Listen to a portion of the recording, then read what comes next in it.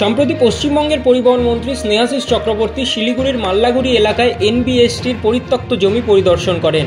পরিবহন বিভাগের উচ্চপদস্থ কর্মকর্তাদের সাথে মন্ত্রী পুরো এলাকাটি পরিদর্শন করেন এবং পরে সাংবাদিকদের মুখোমুখি হয়ে এই বিষয়ে তার মতামত দেন। শিলিগুড়ির যানজটের তীব্র সমস্যার কথা স্বীকার করে বলেন যে মুখ্যমন্ত্রী মমতা বন্দ্যোপাধ্যায় কর্তৃক নির্মিত বাইপাস কিছুটা হলেও স্বস্তি এনেছে, তবে বেশ কিছু সরকারি বাস রাস্তার উপরেই দাঁড়িয়ে থাকে, যার ফলে যানজটের সমস্যা মিটছে না। এই সমস্যা সমাধানের জন্য তিনি বিকল্প বাস ডিপো খুঁজছেন বলেও জানান তিনি, যার লক্ষ্য শুধুমাত্র যাত্রীদের সুবিধা বৃদ্ধি করা এবং যানজট কমানো। তবে তিনি এটাও স্বীকার করেছেন যে পরিবহন বিভাগের উল্লেখযোগ্য পরিমাণ জমি অকেজো পড়ে আছে এবং সেখানে বাস ডিপো নির্মাণের জন্য একাধিক বিষয়ে সাবধানতার সাথে বিবেচনা করা প্রয়োজন। বিষয়টা হচ্ছে শিলিগুড়িতে যে যানজট একটা বড় ইস্যু হয়ে দাঁড়িয়েছে এবং আমাদের সরকার আসার পর মাননীয় মুখ্যমন্ত্রী যেভাবে বাইপাসগুলো তৈরি করেছেন তাতে অনেকটা যানজট মুক্ত হলেও এখনো মূল শহরের মধ্যে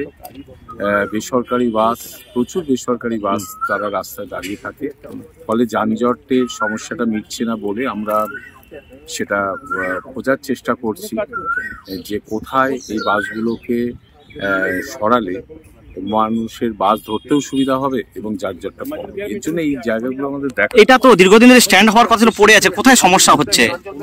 সরকারি জমিতে, সরকারি জমি, পরিবহনের অনেক জমি আছে। এখন সময়ের সঙ্গে সঙ্গে ডেভেলপমেন্ট তো কোনো অল্প সময়ের বিষয় না।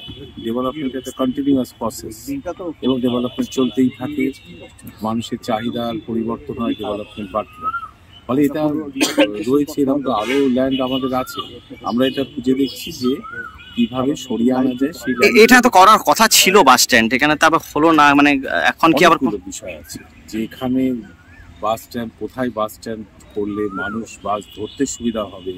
বাস দু ধরনের আছে, দূরপাল্লার বাস আছে, স্টেজ ক্যারেজের লোকাল বাস আছে, তাদের ক্যারেক্টার আলাদা, তাদের প্যাসেঞ্জারের চাহিদা আলাদা, ফলে এগুলো অনেকটা বিবেচনার বিষয় থাকে, তো ফলে ওরকম চটপট হয় না। ঠিক মানুষের পাশে, মানুষের সাথে আমরা আছি এই বাংলাতে। আপনারা দেখছেন সংবাদ শিরোনাম। দেখলেন তো অনেক কিছু, এবার দেখুন নতুন কিছু।